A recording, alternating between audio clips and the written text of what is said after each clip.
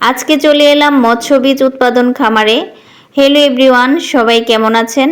এই তো আমরা বেশ ভালোই আছি আপনাদের আশীর্বাদে। তো অনেক দিন পরে তিনজন একসাথে বেরিয়েছি একটু বিকালবেলায় ঘোরাঘুরি করার জন্য, সুন্দর একটা সময় কাটানোর জন্য। আর এই জায়গাটা সত্যি অনেক বেশি সুন্দর, খুবই সুন্দর একটা পরিবেশ, খোলামেলা জায়গা, মানে মনোরম পরিবেশ, স্নিগ্ধ বাতাস, খুবই ভালো লাগতেছিল। মানে প্রাকৃতিক সৌন্দর্য উপভোগ করার জন্য এই জায়গাটা একদম বেস্ট।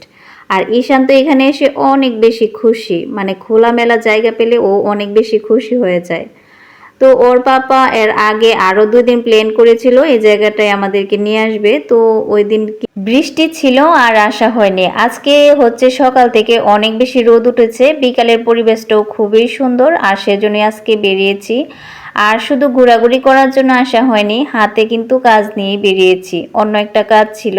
তো হাতে একটু সময় নিয়ে বেরিয়েছি যাতে এখান থেকে ঘোরাঘুরি করে তারপর ওই কাজটা করে বাসায় চলে যাব। আর ঈশানকে নিয়ে আসলে দেখা গেছে ও হচ্ছে অনেক বেশি দুষ্টুমি করে, তো এখানে এসে দুষ্টুমি করলেও মানে এত বেশি দুষ্টুমি করেনি, ও হচ্ছে অনেক বেশি খুশি হয়েছে, নিজের মতো করে খেলাধুলা করতেছে, দৌড়াদৌড়ি করতেছে। আর এখানে আশেপাশে কোনো দোকানই ছিল না। ওর পাপা হচ্ছে আগে থেকেই বলতেছে কিছু একটা ওর জন্য কিনে নিয়ে যাই, না হলে কিন্তু ও অনেক বেশি বিরক্ত করবে। তো আমরা কিন্তু আসার সময় ওর জন্য অনেক কিছু কিনে নিয়ে এসেছিলাম, ও যা যা পছন্দ করে, আইসক্রিম, চিপস, চকলেট, তারপর হচ্ছে বাদামও নিয়ে এসেছি।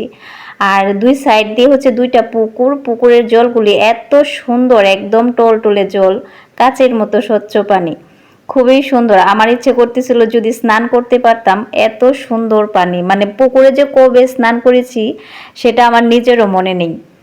আর আজকে এত বেশি রোদ থাকার কারণে কিন্তু এখানে অনেকেই ধান রোদ্রে শুকাতে দিয়েছে, বন। আসলে কৃষকের এত কষ্টের ফসল যদি সুন্দরভাবে ঘরে তুলতে পারে তাহলে কিন্তু সেটা কষ্ট মনে হয় না। আর যদি কৃষকের কষ্টের ফসল নষ্ট হয়ে যায় সেই কষ্টটা আবার সহ্যও করা যায় না।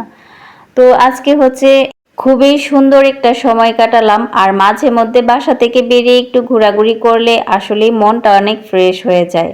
সারাদিন বাসায় বসে থাকতে থাকতে একদমই ভালো লাগে না বড়দের, বাচ্চাদের। তো ঈশান তো মানে বাসা থেকে বেরোনোর আগেই মানে সে এত বেশি খুশি হয়ে যায়, লাফালাফি শুরু করে দেয়, ঘুরতে যাব ঘুরতে যাব।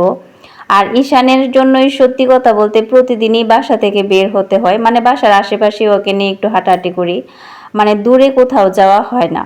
আর এখানে এসে আজকে ও অনেক বেশি খুশি হয়েছে। প্রাকৃতিক সৌন্দর্য উপভোগ করার জন্য এই জায়গাটা বেস্ট। তো যারা এই জায়গাটা চেনেন তারা তো চেনেনই, আর যারা চেনেন না তাদের কাছে কীরকম লাগলো অবশ্যই কমেন্ট করে জানাবেন।